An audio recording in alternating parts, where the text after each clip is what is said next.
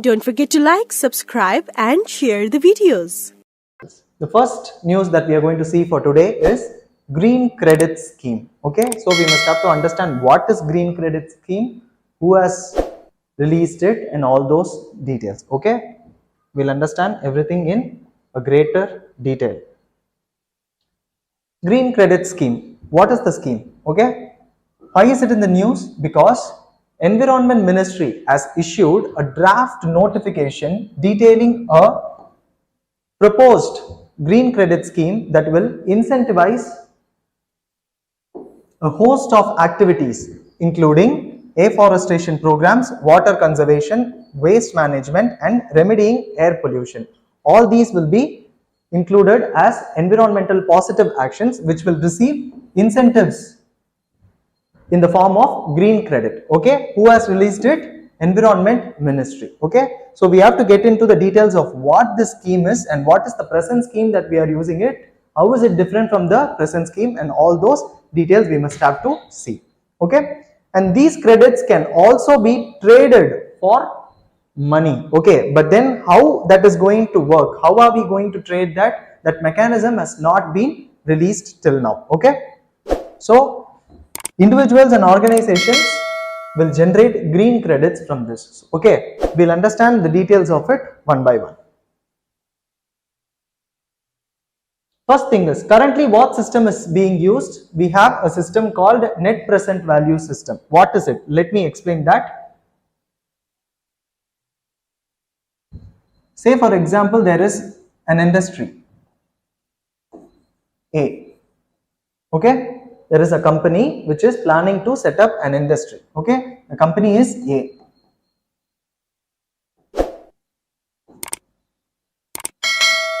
They are planning to set up an industry, but this area that they have chosen is a forest area.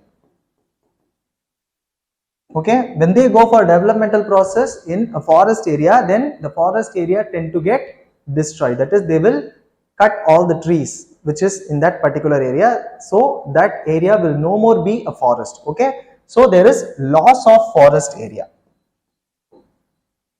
loss of forest area.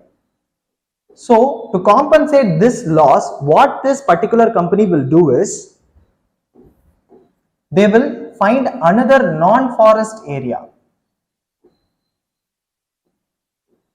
Okay, they will find another non-forest area and then they will also pay net present value of this particular area which they have occupied.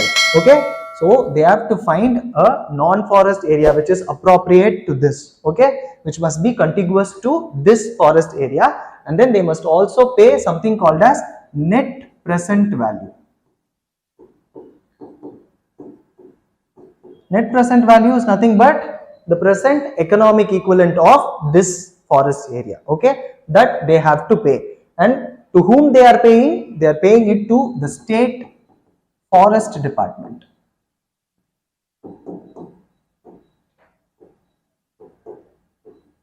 So in the current system, what do we have? They have to find a non-forest area, an appropriate non-forest area. In addition to that, they must also pay something called as net present value. To whom are they paying? To the state forest department. This is the current system. But the new green credit system, what does that include? What does that mean? It means there will be an individual or a private entity or a forest community who can find a land and then they will grow plantations in this particular land. And they will grow it for 3 years, 3+ years. After growing it for 3+ years, they will apply for certification from the forest department, and then the forest department will certify this particular land as a compensatory forest land. Okay, what is the certificate that they are giving? Compensatory forest land certificate. Who is giving it? Again, the state forest department is the authority which is giving the certificate that this particular land can be considered as a compensatory forest land. Now what will the company do is, instead of giving a non-forest area and also the net present value to the forest department. Now they will approach this individuals and other entities, the forest communities who are developing this forest area, and then they will directly buy and sell it to the state forest department. So this is what is going to be done. So what is green credit here?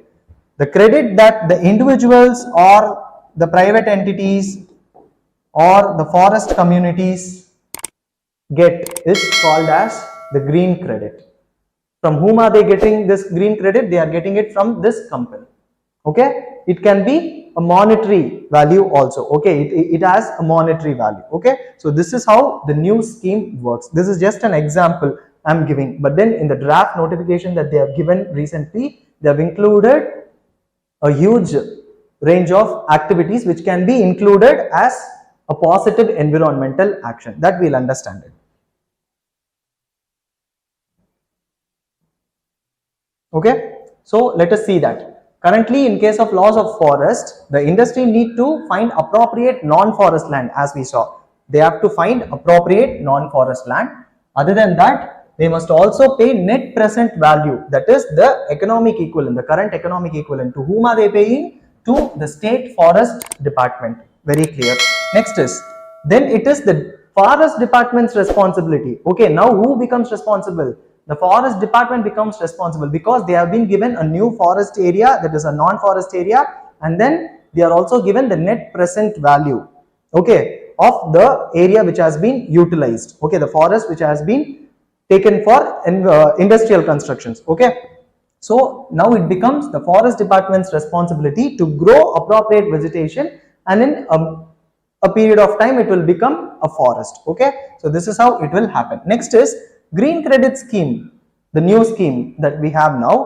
It will allow agencies to identify land and grow plantations like we saw, and after 3 years, 3+ years, what will they get? The land would be eligible to be considered as a compensatory forest land, as we saw. Okay, who will certify this? The forest department will certify this based on certain criteria. Okay, now when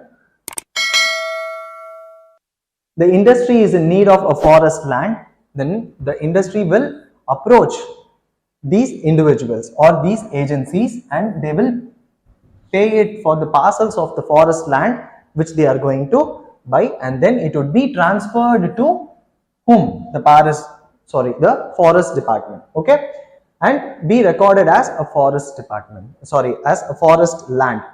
So what do we have to understand here is, it will allow the forest to be traded as a commodity. In this new scheme, that is green credit scheme, the forest will be considered as a commodity, because from one person we are going to buy forest and then we are going to sell it to others.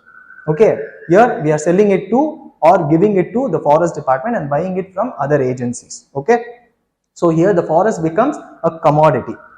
That point is very important. Next is, the scheme will encourage plantations by individuals outside the traditional forest area. Okay, all these time only the forest areas had those particular trees and all, but then now when we go for green credit scheme, even outside traditional forest areas there will be plantations. So this will encourage plantation outside traditional forest area. That is an important point. Next is, it will also help in solving various industries complaint. What does industries complain here? Because they have to find an appropriate non-forest area, right?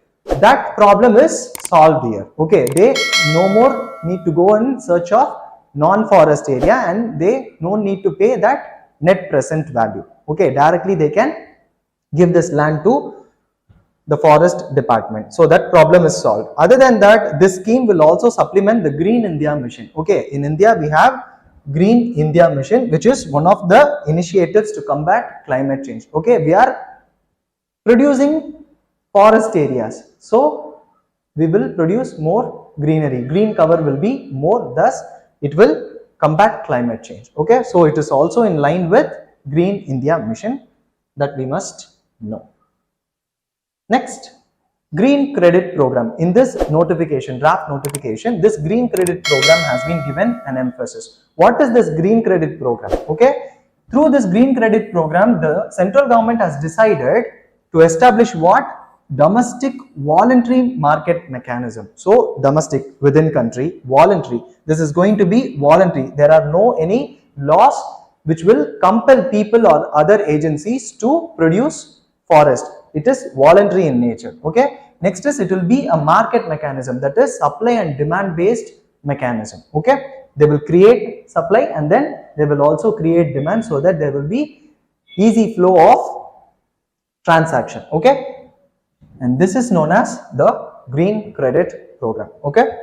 And this program was initially announced in the Union Budget 2023-24. The recent budget, they have announced this green credit scheme. Other than that, this point is also important. It is implemented under the purview of Environment Protection Act of 1986. Okay, just because it is dealing with forest areas, it is not coming under the purview of Forest Conservation Act, but it is the Environment Protection Act of 1986. This point is important. Okay, statements like these are important for your prelims examination. Okay, if there is a confusing statement, then most likely it will be asked in your prelims examination. Okay.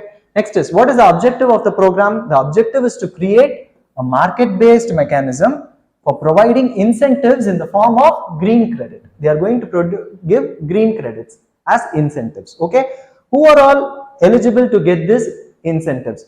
Earlier in that example, we saw individuals or private entities. Okay. Also forest communities. Other than that, there are also other agencies which are eligible to get these incentives. Who are they? Again, individuals, farmer producer organizations, cooperatives, forestry enterprises, sustainable agricultural enterprises, urban and rural local bodies, private sectors, industries, organizations. They all have to do environmental positive actions. Then only they are able to get that green credits. Okay, so these are the people who are eligible to get incentives. They all can get incentives if they do environmental positive actions. Next is, this point is very important. Earlier in that example, what we saw is they are going to create a forest area and that would be traded, and for that they will get green credit. But in this draft, what they have included is they have included a range of activities which can get green credits. It is not only green cover production or forest production. Even when we go for water conservation, sustainable agriculture, from that also we can get green credit which can be traded. Okay, so they have given 8 sectors. Okay, 8 sectors have been identified under this program and they have certain objectives. What are they? We have to see one by one. First thing is tree plantation based green credit. The first example, like what we mentioned in the example, the same thing, tree plantation based green credit. It is to promote activities for increasing the green cover across the country through plantation and related activities. Obvious. Next is water based green credit. Not only tree plantation based, also water based. So when we go for promotion of water conservation, water harvesting or water use efficiency has been promoted, or water saving has been promoted, then all of them will be getting green credit. Okay, also water treatment and reuse of wastewater. Next is sustainable agriculture based green credit. What is sustainable agriculture? That is when we go for promotion of natural and regenerative agricultural practices. Other than that, if we go for land restoration to improve productivity, soil health and also nutritional value of the products, food products, then also such activities will also get green credit. Okay, under sustainable agriculture based green credits. Next is waste management based green credit. In this waste management, that is for waste management including collection, segregation and treatment, all of these processes will also get green credit. This is the 4th sector that we are seeing. There are 4 more sectors. What are they? Air pollution reduction based green credit. Okay, like if there is an activity which reduces air pollution or other pollution abatement activities, will get air pollution based green credits. Next is mangrove conservation and restoration based green credit. That is when we go for conservation and restoration of mangroves. Mangroves play an important role in coastal environments. Okay, coastal areas, mangrove plays an important role. Okay, So when we go for conservation of mangrove forest, then such activities will also gain green credits. Next is eco-mark based green credit. What is eco-mark? Actually, this eco-mark is like a standardization thing which is given by BIS. Okay, what is BIS? Bureau of Indian Standards. They will give you the certificate that certain product or certain service is eco-mark service or eco-mark product, which means they cause less harm to the environment. Okay, they are environmental friendly products or environmental friendly services. They will get eco-mark certificate. If there is a product which is getting eco-mark certificate, then such products will also gain green credits. Okay, next is sustainable building and infrastructure based green credit. Okay, when we go for sustainable construction, okay, construction of building and other infrastructure using sustainable technology and material. What is this sustainable technology? We already have seen this in multiple previous sessions. That sustainability is we developing now, keeping in mind the future generation also. Okay, our future generation must also be enjoying the same kind of resources that we are enjoying now. Okay, keeping in mind that thing we are developing currently, that is called as sustainable. Okay, so even such infrastructure activities will get green credit. Next is green credit program implementation rules. How are we going to implement this green credit program? That we need to know. Now in this draft, what they have said is they will be implementing it in a phased and iterative approach. Okay, initially they will not be giving importance to all the sectors that has been mentioned and all the activities under the sector. Okay, they will be going in a phased manner, which means in initial phase 2 to 3 activities from the sectors will be chosen and then they will be given green credits, and then later more activities will also be added, okay, under a particular sector. Other than that, in future even more sectors. Now they have mentioned 8 sectors in this particular draft notification. In future there may be more sectors added to this list also. Okay, so this is how it is going to be implemented. Next is who will get green credit and how? Okay, how are we going to get green credit? In the beginning, green credits will be made available to individual or entities who are engaged in selected activities which is mentioned under those 8 sectors. Next is they are the ones who are undertaking environmental interventions. That is why they are getting green credits. Next, these green credits will be made available for trading on a domestic market platform. Okay, but how is this going to be done? That is not mentioned clearly in this draft. For that we need to wait for another draft. Next is benchmarks will be developed for green credits. Okay, they are going to give green credits, but then they will be setting certain criteria, right? Then only they can give. Okay, randomly they cannot assign credits for any activities. Okay, they will develop benchmarks, standards. Next is also digital processes will be developed and established for green program. Okay, now India is giving a major push to digital thing. Okay, digital India is being given a major push. So under this green credit scheme, what all will be digitized? That is self-assessments of eligible green credit activities. This will be digitized. Next is registration of activities, issuance of green credits. Other than that, monitoring of performance and other relevant processes. All this will be digitized in future. Okay, how this is going to be done, we have to wait and watch. Next is we are going to create demand and supply. Since it is a market based mechanism, we have to create demand and supply. How are we going to create demand and supply? That we need to understand. The government's immediate focus will be to create supply. Okay, first they have to supply, then only they can create demand. Okay, they must make sure that there is supply of green credits. So they are focusing to create supply of green credit through voluntary actions. Okay, there will be voluntary actions taken by any individual or any other agencies, and then green credits will be supplied to them. So they will be having green credits, and in future what they will do, they will create demand. How are they going to create demand? By introducing laws and regulations to incentivize companies and organizations to purchase credits. Okay, if there is an organization or any company or industries they will be incentivized if they are going to buy this particular green credit. That such laws and regulations will be made. Okay, so this is how they are going to create demand. So when there is supply and demand, when there is increase in supply and also increase in demand, then the market mechanism will be perfectly working. So that is the focus area. Now next is, unlike carbon markets that primarily trade on greenhouse gas emissions. This point is very important. We will discuss about what is carbon markets in the upcoming slides. But here the carbon markets focuses only on greenhouse gas emissions. They are going to trade only greenhouse gas emissions. But then in this green credit, they have broader range of actions.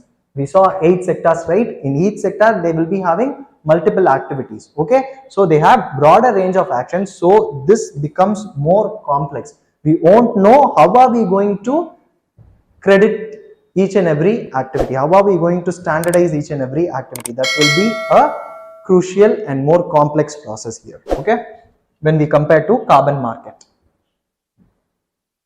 Next thing is, one can get carbon credit also. This point is also important, because when we go for generating green credits, in that due process, we may also have economic co-benefits. So what is this economic co-benefit? Say for example, they are going for reduction or removal of carbon. Okay, that is economic co-benefit.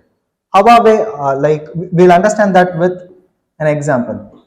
Say for example, we are going for water harvesting, rainwater harvesting. That is one activity which is coming under the 8 sectors. One of the 8 sectors, that is water based green credit. Okay, rainwater harvesting. For this we will get green credit. Sorry. Rainwater harvesting. For this we will get green credit. Yes. Next, I am going for tree plantation. Even for this, I will be getting green credit. But will I get carbon credit here? No. Here, by going for rainwater harvesting, directly I will not be reducing carbon emissions. But when I go for tree plantation, surely I will be reducing carbon emissions. Carbon dioxide will be absorbed through these trees. So I am going for reduction in carbon emission. So by doing this particular activity, I am getting green credit. Along with this, I am also getting carbon credit. But for this, I am not going to get carbon credit. Here only green credit. So certain activities will also get carbon credit. That is what has been mentioned. Environmental activity generating green credits may have climate co-benefits also, that is reduction in carbon emissions. Okay, so therefore an activity generating carbon credit under green credit program, green credit under green credit program may also get carbon credits from the same activity in the carbon market. Okay, so this point is very important. So what is this carbon market? We need to know. How does this work? We need to understand. What is carbon market? Carbon market is a platform through which emission reductions and removals are converted into tradable assets. The emission reduction is converted into a tradable asset. Say for example, there is a industry which is maintaining proper emission limits, okay, which surpasses the emission criteria. Such industrial units will receive carbon credits. Okay, when they receive carbon credits, they can utilize it to sell it to others also. Okay, to whom will they sell?